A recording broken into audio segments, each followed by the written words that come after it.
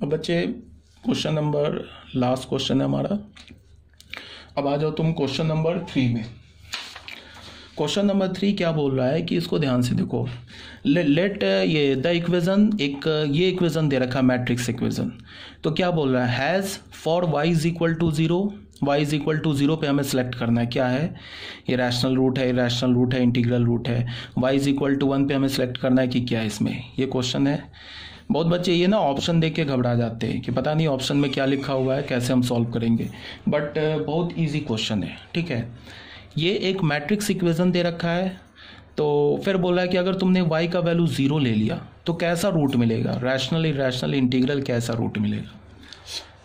तो देखो यहाँ पे हमने क्या किया कि पहले इस 3 मैट्रिक्स है ना, इसको लेफ्ट हैंड साइड में मल्टीप्लाई किया। मल्टीप्लाई करूँगा भी टाइम लगेगा, यहाँ पे मैंने ऑलरेडी मल्टीप्लाई कर रखा है, तो इसको मैं अब यूज़ कर लेता हूँ।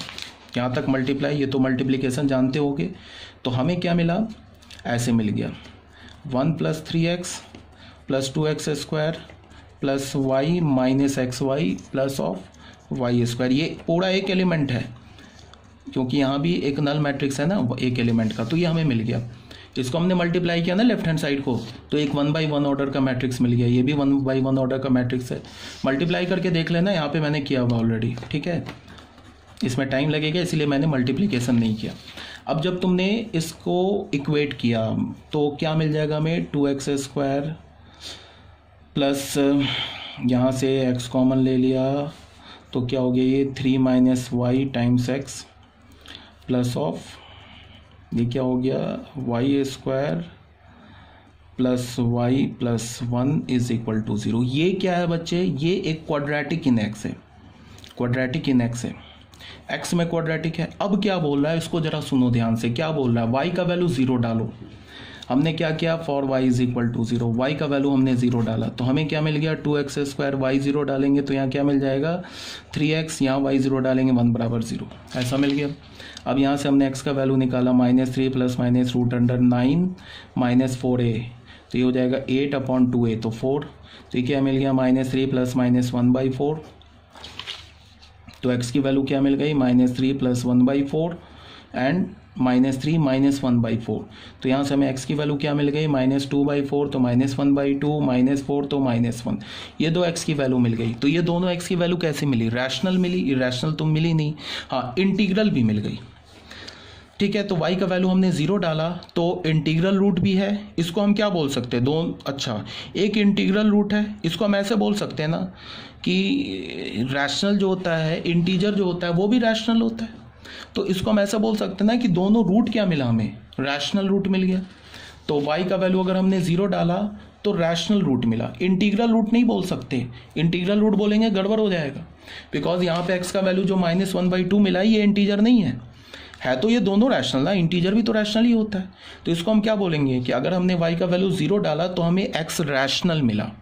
हाँ, अगर इसमें दोनों इंटीजर मिलता तब हम कंफ्यूज हो जाते, तब वहाँ पे रैशनल वाला भी ऑप्शन सही हो जाता और इंटीजर वाला भी ऑप्शन सही हो जाता, बिकॉज इंटीजर भी रैशनल है, बट एक इंटीजर मिला एक रैशनल मिला। तो इन जनरल दोनों को मिला के हम क्या बोलेंगे कि जब हमने y का वैल्यू 0 डाला तो हमें x क्या मिला, रैशनल रूट मिले।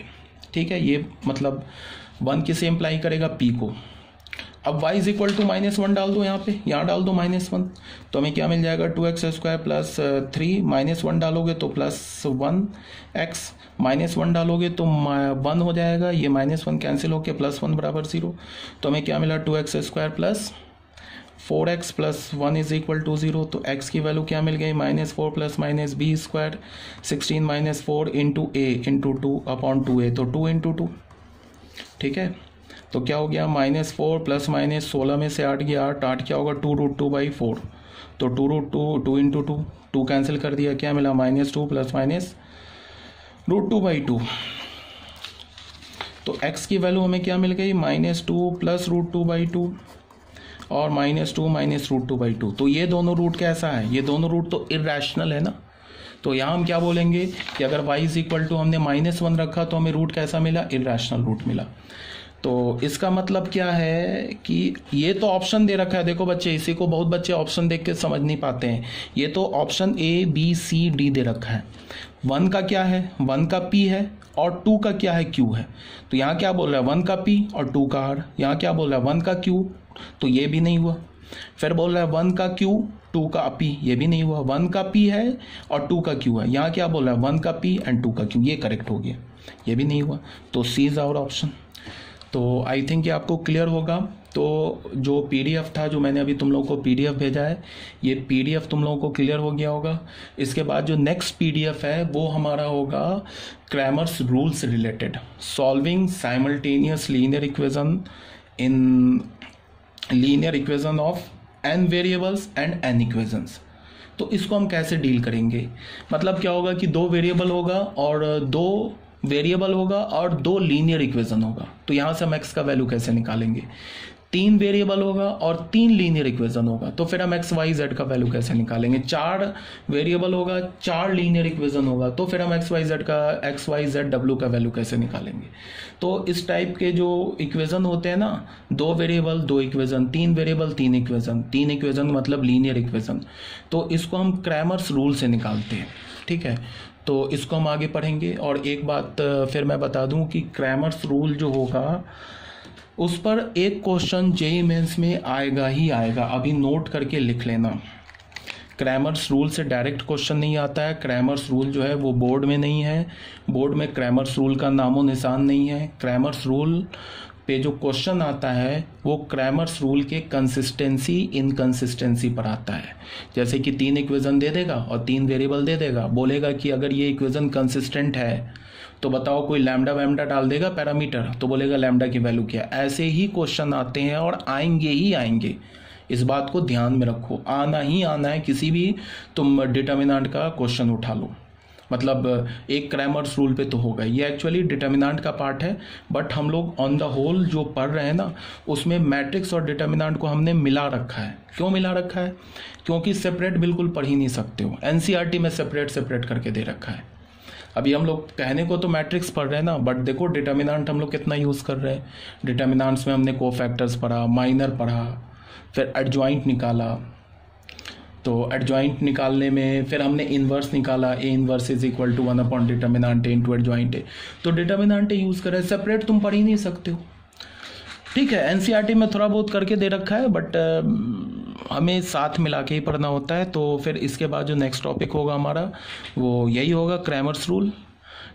तो क्रैमर्स रूल होगा, उसके बाद फिर जो नेक्स्ट टॉपिक होगा तो उसमें मैं आप लोगों को बताऊंगा वो क्या बोलता हूँ, सॉल्व ये finding a inverse by row column transformation, या एलिमेंट्री रो कॉलम ट्रांसफॉर्मेशन से हम इनवर्स कैसे निकालेंगे। तो जो हमारा एक चैप्टर बचा हुआ है ना, एक्सरसाइज एनसीईआरटी 3.4, एनसीईआरटी बुक किधर गई देख लो बच्चे जल्दी।